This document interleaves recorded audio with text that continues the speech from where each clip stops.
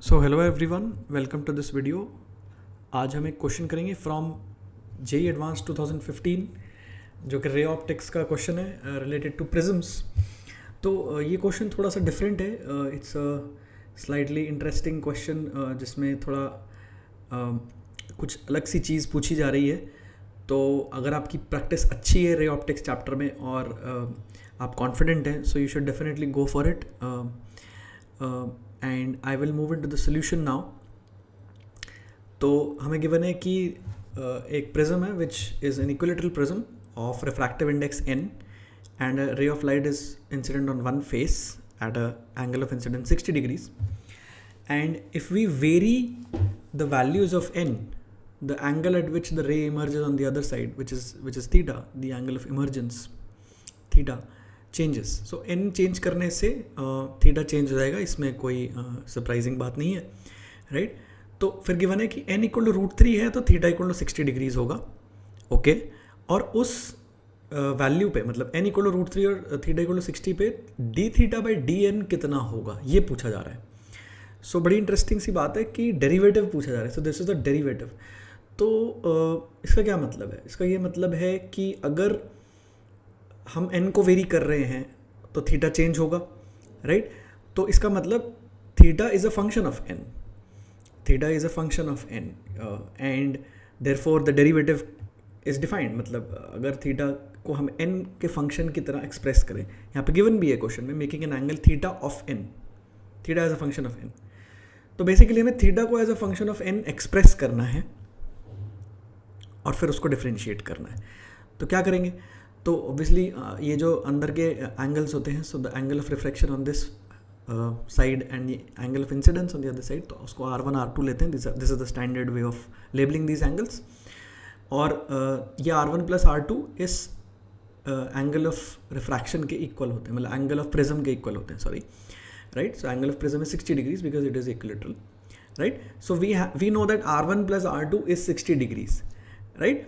तो अब हम थीटा और n का रिलेशन कैसे बनाएंगे, that is the question, right? Theta और n का रिलेशन कैसे बनाएंगे? तो यहाँ पे स्नेल्स लॉ लगाएंगे कि R1 sine of R1 over sine of 60 is equal to 1 over n, and sine of theta over sine of R2 is equal to n, right? So basically we apply Snell's law on both boundaries, right? और R1 plus R2 equal to 60 degrees है, ये हमें पता है, right? So this is a basic fact. तो basically again thinking in terms of किसी भी question को आप सॉल्व करने जाते हैं तो you should write down whatever information and equations you can, कि जो भी स्टैंडर्ड चीज़ें वो, और ऑब्वियसली ये सब चीज़ें तो रिलेटेड होंगी ना, क्योंकि हमें थीटा निकालना है तो हमें स्नेल्स लॉ यूज़ करना पड़ेगा, R2 से रिलेट करना पड़ेगा। और R2 कहाँ से आएगा? R2 के लिए हमें R1 भी निकालना पड़ेगा, तो यहाँ भी स्नेल्स लॉ लिखना पड़ेगा। सो ये तीन इक्वेशंस ही हम लिख सकते हैं, Snell's law at both boundaries and R1 plus R2 equal to 60 degrees, right? तो और क्या इन्फॉर्मेशन यहाँ से लिख सकते हैं? और कुछ तो लिख ही नहीं सकते, और कुछ तो पता ही नहीं है हमें। डायरेक्टली हम शॉर्टकट यूज़ करने की कोशिश नहीं करेंगे। तो जेईई एडवांस के क्वेश्चंस में जनरली शॉर्टकट यूज़ नहीं होता है 99% of the times. The questions have to be solved with a basic approach, with a fundamental approach, और उससे आंसर आता है। तो अब थीटा और n को कैसे रिलेट करेंगे? सो साइन ऑफ R1 यहाँ पे आ गया √3/2n, साइन ऑफ R2 आ गया साइन थीटा बाई n, बिल्कुल ठीक बात है। तो अब अगर R1 R2 में रिलेशन लिखते हैं, R1 plus R2 equal to 60 degrees लिखते हैं और फिर दोनों तरफ साइन ले लेते हैं, राइट? क्योंकि हमें साइन ऑफ R1 और साइन ऑफ R2 पता है। यहाँ से हमें बेसिकली इन तीनों, इस इक्वेशन और इस इक्वेशन, तीन इक्वेशन को यूज़ करके R1 R2 को एलिमिनेट करना है ताकि हमें थीटा और n के बीच में एक रिलेशन मिल जाए। R1 R2 से हमें कोई मतलब नहीं है, हमें थीटा और n का रिलेशन निकालना है so that we can differentiate it. So we have to take the sine of both sides and then we have to expand that sine of R1 plus R2 using trigonometric formula, sine A cos B plus cos A sine B. तो उससे थोड़ा लंबा हो जाएगा, उससे थोड़ा expression थोड़ा heavy हो जाएगा कि अब साइन ऑफ R1 लिखेंगे, फिर कॉस ऑफ R1 लिखेंगे, तो expression will become a little heavier. तो मैंने यहाँ पे सीधे पहले ही डिफरेंशिएट कर दिया। I differentiate this expression on both sides, this is known as implicit differentiation, कि जो भी क्वांटिटीज़ हैं उनको डिफ्रेंशिएट कर दो with respect to a third variable. मान लो कि थर्ड वेरिएबल होता z, तो D R one by D Z plus D R two by D Z equal to 0. और वो फिर डी जेड को हटा भी सकते हैं डिनोमिनेटर में से, क्योंकि हर जगह वो डी जेड चलता रहेगा. So this is known as implicit differentiation. So this is like कि हाँ एक डिफरेंशिएशन हो रहा है with respect to some third variable, but वो थर्ड वेरिएबल यहाँ मैटर नहीं करता है, क्योंकि वो थर्ड वेरिएबल डिनोमिनेटर से वैसे भी हटा सकते हैं, हम कैंसिल आउट कर सकते हैं. Right. So this is known as implicit differentiation. तो basically D R one plus D R two equal to 0, ये इक्वेशन हमें पता है, क्योंकि R one plus R two का सम कांस्टेंट है. इसलिए अगर छोटा सा चेंज डी आर वन में करोगे और छोटा सा चेंज आर टू में करोगे तो दोनों चेंजेस का सम 0 होगा. Basically this equation is saying that. तो फिर यहाँ पे डी आर वन कैसे आएगा? इस इक्वेशन को डिफरेंशिएट किया, so sine R one is this. So दोनों साइड फिर से इम्प्लिसिट डिफरेंशिएशन किया कि इधर R1 के टर्म्स में basically differentiating in terms of some third variable, और you can say differentiating in terms of n. तो यहाँ D R one by D N आ जाएगा लेफ्ट हैंड साइड पे, तो डी एन को फिर राइट साइड पे ले जाएंगे. This is implicit differentiation. You must have learned in calculus, in differential equations especially. So तो ये डिफरेंशिएट किया तो cos r1 dr1 is equal to this. Basically differentiation है और कुछ भी नहीं है. So we get dr1 is this. तो cos r1 को अगेन sin r1 के टर्म्स में चेंज किया तो ये आ गया. सिमिलरली सेकेंड इक्वेशन में साइन थीटा ओवर एन. तो अब यहाँ पे राइट हैंड साइड पे दो वेरिएबल्स हैं. लेफ्ट हैंड साइड पे तो R2 है, तो cos R2 dr2 आ जाएगा. बट राइट हैंड साइड पे we have to apply product rule, because we have two different variables. So पहले हम साइन थीटा को डिफरेंशिएट करेंगे, तो उसका डिफरेंशिएशन होगा cos theta d theta, n वैसा का वैसा रहेगा.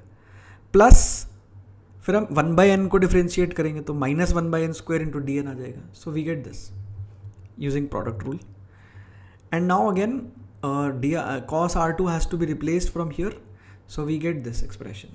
So dr1 आ गया, dr2 आ गया, and now if we add them and put them to 0, we will get a relation between d theta and dn directly. तो थीटा और n के बीच में डायरेक्ट रिलेशन निकालने के बजाय हमने d theta by D N ही डायरेक्टली आ जाएगा इस इक्वेशन से, क्योंकि हमने डिफरेंशिएशन पहले ही कर चुके हैं. So dr1 is this, dr2 is this, and we are given that n equal to √3 और थीटा equal to 60 डिग्रीज है. इस कंडीशन में बताओ कि d theta by D n क्या होगा. So we add them up, we put these values, n की जगह √3, थीटा की जगह 60 degrees, put these values here and solve to get d theta by D n equal to 2. Right. तो ये question बस थोड़ा सा अप्रोच इस तरह से करना था कि सॉल्व अच्छे से हो जाए, शॉर्ट टाइम में हो जाए, एफिशिएंटली हो जाए. Otherwise question was not very difficult. Basically they wanted you to understand कि थीटा और n के बीच में एक रिलेशनशिप होगा, डायरेक्ट रिलेशनशिप होगा. राइट. और वो रिलेशनशिप जो है वो प्रिज्म की प्रॉपर्टीज़ पे डिपेंड करेगा, मतलब प्रिज्म के एंगल पे डिपेंड करेगा. Right.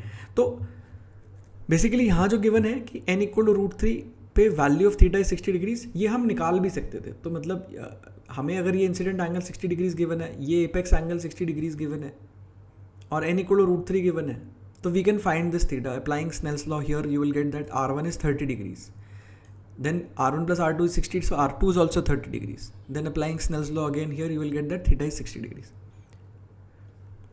But this n equal to √3 and theta equal to 60 is given just for convenience, so that you are able to solve more quickly, because question is already a little long. Right. So question was just basically about how to apply differentiation smartly. एक final note ये मैं बोलूँगा कि जब आपने यहाँ पे dr1 निकाला तो आप यहाँ पे भी n की वैल्यू डायरेक्टली डाल सकते थे, just to make it even more comfortable. कि जैसे अब थीटा तो 60 गिवन है ही ऑलरेडी, n भी गिवन है √3, तो यहाँ पे जब हमने डिफरेंशिएट किया तो ये बड़ा एक्सप्रेशन बनाने की ज़रूरत नहीं थी. So we could have put n equal to √3 over here directly, and cos R1 की वैल्यू भी cos R1 की वैल्यू तो हम निकाल सकते थे, क्योंकि R1 ही हमें पता है अब, क्योंकि हमें sin R1 पता है. Right. So basically we could have found dr1 for that particular value of n and theta, and similarly dr2 for that particular value of n and theta initially, अगर expression बड़ा सा ना आए, उसको handle करना ना पड़े. But I solve it in general because then we can find it for any n and any theta. मतलब किसी और n के लिए मतलब n√2 होता तो उसके लिए भी हम d theta by D n directly यहाँ से निकाल सकते हैं इस एक्सप्रेशन से, कि यहाँ पे n इक्वल टू √2 डाल दो और थीटा निकाल के डालना पड़ेगा. मतलब थीटा तो हमें नहीं पता है, but theta we can find using these equations. These 3 equations will help us find theta for a particular value of n.